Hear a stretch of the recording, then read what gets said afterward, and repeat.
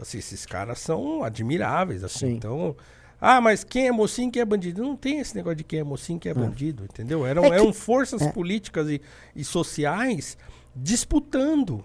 É que assim, Num país que mal existia. se a gente conta a história, obviamente assim, você tem que contar a história como ela é, e existe a historiografia e tal, e tem também a criação de mitos.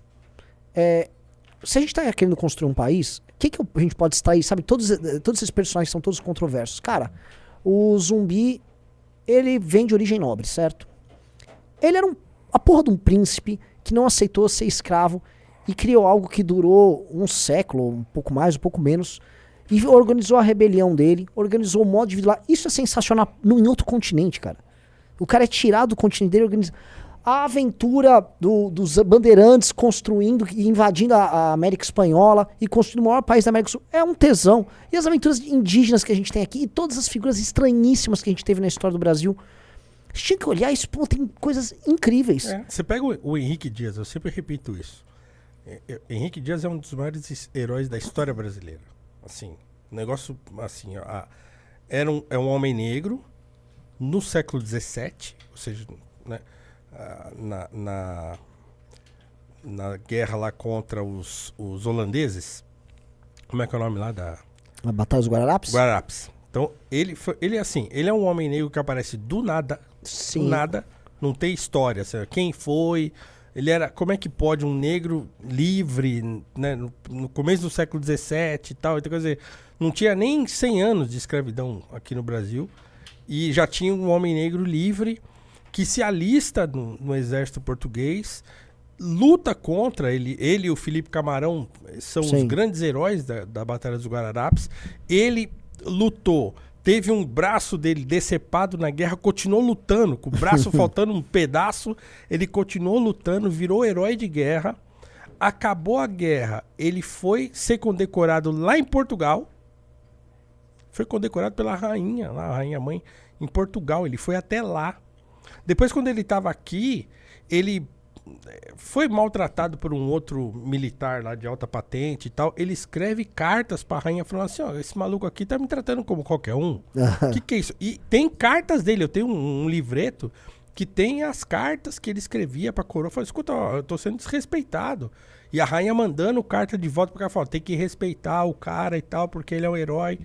E, aí ele juntou pra lutar na Guerra dos Guararapes, ele fez uma solicitação de escravos para lutar com ele. Sim, ele montou aquele famoso regimento de escravos. Exatamente, o terço de Henrique Dias. Sim. Quando acabou a guerra, ele solicita que esse terço fosse liberto e que ele fosse governador desse pessoal. E a coroa concede a ele. Cara... assim, essa história a Batalha de Guararapes é um mito fundador do exército brasileiro. Porque a primeira vez que você cria um exército aqui, com as pessoas que estavam aqui, de origens diferentes, e ele sentiu que resolveu uma parada de tirar uns holandeses daqui, e os caras ganham, e essas histórias, como é que a gente não sabe dessas histórias, cara? Eu fui visitar um museu militar, museu do exército, lá no Rio de Janeiro, e aí, assim, eles fazem meio que uma... com manequins, né? Eles têm uma encenação, tudo muito tosco. Puta que pariu, cara. Por que a gente... Sabe, as pessoas não sabem disso aí. Não tem um filme. Dá um antitesão de conhecer a história, né? Cara, não tem um filme sobre um cara como Henrique Dias. Cara, isso dá um filme. Os caras demoraram, assim... Foi sair agora, há cerca de, 4, 5 anos atrás, o filme sobre Luiz Gama. E fizeram um filme de 1h30. Um filme que não conta quase nada da história do Luiz Gama. Quase nada, assim. Tá bom, é melhor que tenha esse do que não ter nenhum. Mas, cara, nós temos personagens no Brasil que merecem muitas séries e filmes que são histórias assim, né? Não, ninguém faz nada, ninguém... Então, como é que você vai construir um país se você não tem sequer referência política, por exemplo? Eu falei agora à tarde, na live da Valete, eu contando a história do Antônio Pereira Rebouças, né? O pai do André Rebouças.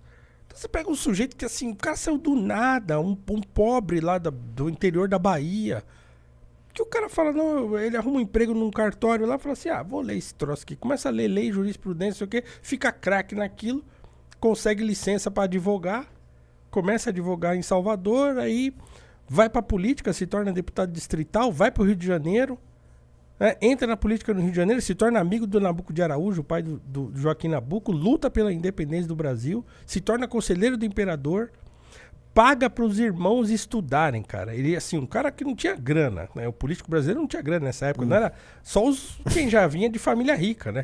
Ele era um pobretão, então a política não dava dinheiro.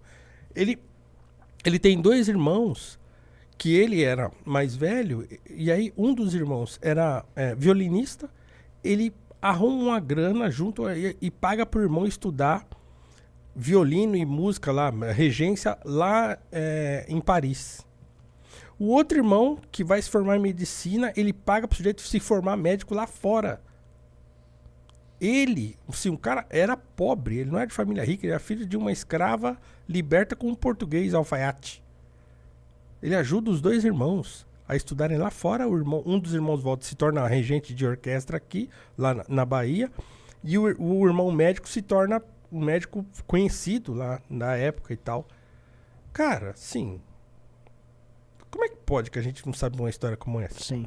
E tem os 2 filhos, né? Assim, o André e o Antônio, que se tornam os primeiros engenheiros negros do Brasil, que fizeram aquela obra lá na Estrada de Ferro Curitiba-Paranaguá, que até hoje é considerado um feito de engenharia, assim, pra época, um negócio... E a gente não sabe disso. Então como é que você constrói um país assim? Como é que você consegue substituir a imagem que a gente tem dos políticos que a gente tem aí? Do Lula, né? Do Bolsonaro, do Antônio Carlos Magalhães. Como é que a gente consegue? Sim. Se a gente não tem referência nenhuma. E assim, esse é o ponto, cara. O referencial que o pessoal tem hoje são só de idiotas, cara. Você chega até o Getúlio. Do Getúlio pra trás não sabe mais ninguém. Nada. Parece que tá uma nuvem, uma neblina, e você não consegue ver. E assim, o Getúlio já tá sendo esquecido, tá? Inclusive, pra bem e pro mal, estão esquecendo o cara. E meio que a gente tá vivendo uma espécie de uma mitologia do painho versus o mito, né? E parece ser uma coisa assim, eu não sei como é que vai ser, mas aparentemente isso ainda vai durar um certo tempo. O do Lula menos, mas o Bolsonaro a gente vai ter que conviver com essa íngua aí por bastante tempo. E aí entra essa questão da falta de referencial. Como é que pode? Porque não era pra ser assim e não era assim.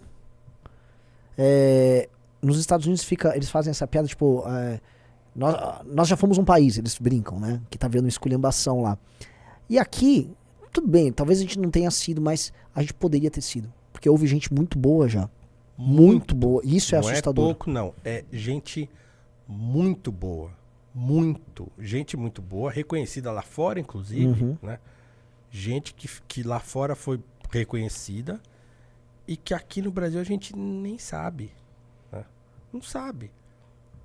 É um negócio impressionante você não conhecer o que o Brasil tem de maior e o que poderia dar pra gente um imaginário, né, de um país grande, né? Aquilo que o Dom Pedro II fez de reabrir a escola de artes lá do Rio de Janeiro, do Império, e botar um monte de gente para estudar e bancar um monte de gente para estudar fora, né, para trazer para cá né, trazer e a missão francesa e não sei o que, para tentar fazer uma construção imaginativa para o Brasil através da cultura, através da arte e tal. Foi o único que fez isso. Sim. O único. Depois o Getúlio com aquele papo de vamos juntar tudo e tal, e o Brasilzão e aí tenta pegar o futebol e não sei o que, né? E o que sobrou foi a lei de Gerson. Que eu acho que essa predomina até hoje, né? A única coisa do futebol que sobrou foi a lei de Gerson, tentar levar vantagem em tudo. Deixa eu te pedir uma coisa. Pega a propaganda do cigarro que o Gerson Vila fala. Rica, a família. Olha lá. Cara, esse é o Brasil. Entendeu? Essa, pra galera entender, essa aqui é uma propaganda do quê? 73, 74? Acho que depois da Copa de 70, né? 76, olha lá. 76. O Gerson nessa época, acho que ele tava no Fluminense, não no São Paulo. E aí ele faz uma propaganda, e assim, as propagandas eram muito sinceras naquela época, né? eram muito sinceras. Sem spoiler, vamos ver? Então vamos lá. Gerson, cérebro do time campeão do mundo de 70. Você que sempre fumou, por que Vila Rica? É difícil dizer porque se gosta de um bom cigarro, certo? Eu gosto de Vila Rica porque ele é gostoso, suave e não irrita a garganta. Olha a cor deste fumo. E o filtro longo suaviza mesmo. Por que pagar mais caro se o Vila me dá tudo aquilo que eu quero de um bom cigarro? Gosto de levar vantagem em tudo, certo? Leve vantagem você também. Leve Vila Rica. Isso é maravilhoso. Isso é assim. Cara, virou Lady Gerson, virou um Lady mote. Gerson, Virou um mote. É. É o mote mais poderoso do Brasil, cara. É preciso levar vantagem em tudo. Se traduz no famoso jeitinho brasileiro, né? Exatamente. A Lady Gerson é como se fosse uma... Vamos dizer, você começa a teorizar sobre o jeitinho É brasileiro. a com mãe Lady do Gerson. jeitinho brasileiro. Cara, é impressionante esse negócio. É impressionante. Tem um texto do Silvio Romero, grande filósofo brasileiro, né? Que chama Nosso Maior Mal. Eu já escrevi sobre isso, inclusive, já falei várias vezes sobre isso. É um artigo que tem até na internet esse artigo aí. O biólogo pode até encontrar. Se você colocar Nosso Maior Mal, Silvio Romero, vai encontrar. Tem num blog só esse artigo. É um artigo um pouco longo, mas ele fala, assim, em resumo, que o nosso maior mal é nós não termos consciência positiva do que a gente é de fato e tentarmos ser o que a gente não é. Que faz parte daquela lógica... Aí, ó. aquela Tá aí, ó. esteticismo Esse nosso. artigo então, vai meio ao encontro daquilo que o Mário Vieira de Mello vai falar muito depois, mas esse aí, Sim. ó, é de 1909, se eu não me engano. O artigo, acho que no final deve ter a data e tal. Lá no finalzão, talvez tenha a data, o livro e a data que foi publicado. Eita. Olha lá, ó. 1908. Olha só, mas volta lá no começo. Já que botou na tela aí, deixa eu ler um trechinho que tá lá no começo, que é assim, impressionante o negócio. Ó, ele começa: nosso maior mal é a febre amarela, as secas do norte, o clima tropical, as oligarquias estaduais, a politicagem. Não, nada disso. Com serem coisas graves, muito graves até, podem até ser atenuadas, a começar pela febre amarela, que vai desaparecendo. Mas tá de volta, né? Sim. Que é impressionante. Não é, pois, desses flagelos que venho falar. O maior mal do Brasil, e não é coisa que lhe seja exclusivamente peculiar, porque muitos outros povos participam do mesmo achaque, pretendemos ser, como nação, como todo político social, o que não somos realmente. É um estudo de psicologia popular, de antropossociologia nacional, que não tem sido feito e do qual darei apenas algumas linhas gerais. Dá-se com as nações o que se dá com os indivíduos. Olha isso aqui. A maior parte dos erros, dos embaraços, das decepções, das quedas, dos prejuízos, dos desastres e até da total ruína que cada um de nós comete, encontra ou sofre na vida, provém pura e simplesmente, quase sempre, desta coisa tão simples, tão rudimentar, tão indesculpável: o desconhecimento de nós mesmos. Cara, isso é... Só uma coisa também pra colocar. Escreve bem pra caralho, né? Pô, isso é outro mundo, né? É. É outro mundo, é outro mundo. Olha ali, ó. Cada um pode fazer a experiência e sairá edificado do exame. Olha isso aqui, gente. Presta atenção, vocês que estão assistindo essa live. A inconsciência em que a maior parte das pessoas vive, das lacunas de sua inteligência, da insuficiência de seu saber, dos vícios de seu caráter, da fraqueza de sua vontade, é a origem da precipitação, da leviandade, da arrogância, dos falsos cálculos, dos passos errados, das loucuras praticadas. Pois bem, essa espécie de leviandade, de perigosa pedanteria, acomete também o espírito coletivo, a índole dos povos. Assaz sofremos nós brasileiros desse mal. Cara, o cara escreveu esse troço em 1908. Isso é... Assim, eu nem digo que é atual, cara. Assim, a gente tá tratando do mesmo problema diariamente, cara. É diariamente. Um século depois. Não, assim, a gente vive isso aí. É a nossa vida hoje. É isso. São nossos problemas hoje. Inclusive, assim, a provocação que ele faz no começo é só trocar o nome de uma doença aqui, um problema climático ali, oligarquia estadual, politicar. Pelo amor de Deus, assim. E o que ele vai trabalhando no problema da psique e da alma do brasileiro, gente, é o problema que a gente reclama diariamente. A gente fala disso o tempo todo.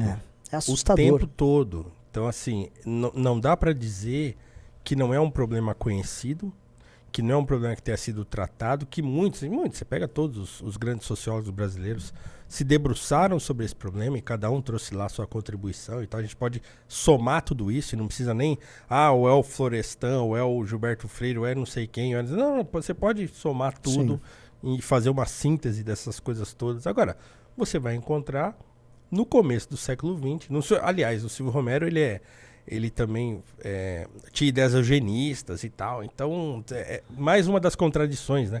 Ao mesmo tempo que ele tinha ideias eugenistas, ele escreveu uma história da literatura brasileira em que ele inclui, né, o valor da literatura africana como uma coisa importante para a formação da literatura brasileira. É o único cara que faz isso. São as contradições que existem. Que é assim, que é o que a gente tem que lidar. Porque se você for procurar pureza em tudo, você não vai achar porra nenhuma. É não óbvio. Tem como. Então, a gente continua falando dos mesmos problemas, das mesmas coisas do que um sujeito falou há mais de 100 anos atrás. Né? Então, é muito doido, cara. Não, assim, isso é muito... Eu não conhecia esse texto. Eu vou ler isso aí, pelo amor de Deus, cara. E assim, é espantoso, porque quando a gente vai cavucando, quase todos... Porque assim, quando eu tinha lido pela primeira vez o Raízes do Brasil, eu fiquei muito em choque. Só que você começa a ver, assim, eu comecei a ler 1, 2, 3 parágrafos aí com você, eu tô vendo que estamos chegando no mesmo problema. Tá mesmo problema. É a mesma coisa. Jamais saímamos dele, na verdade, né? Exatamente. E assim, imagina isso, Renan. Aquilo que o Boelo acabou... Nós não saímos do problema.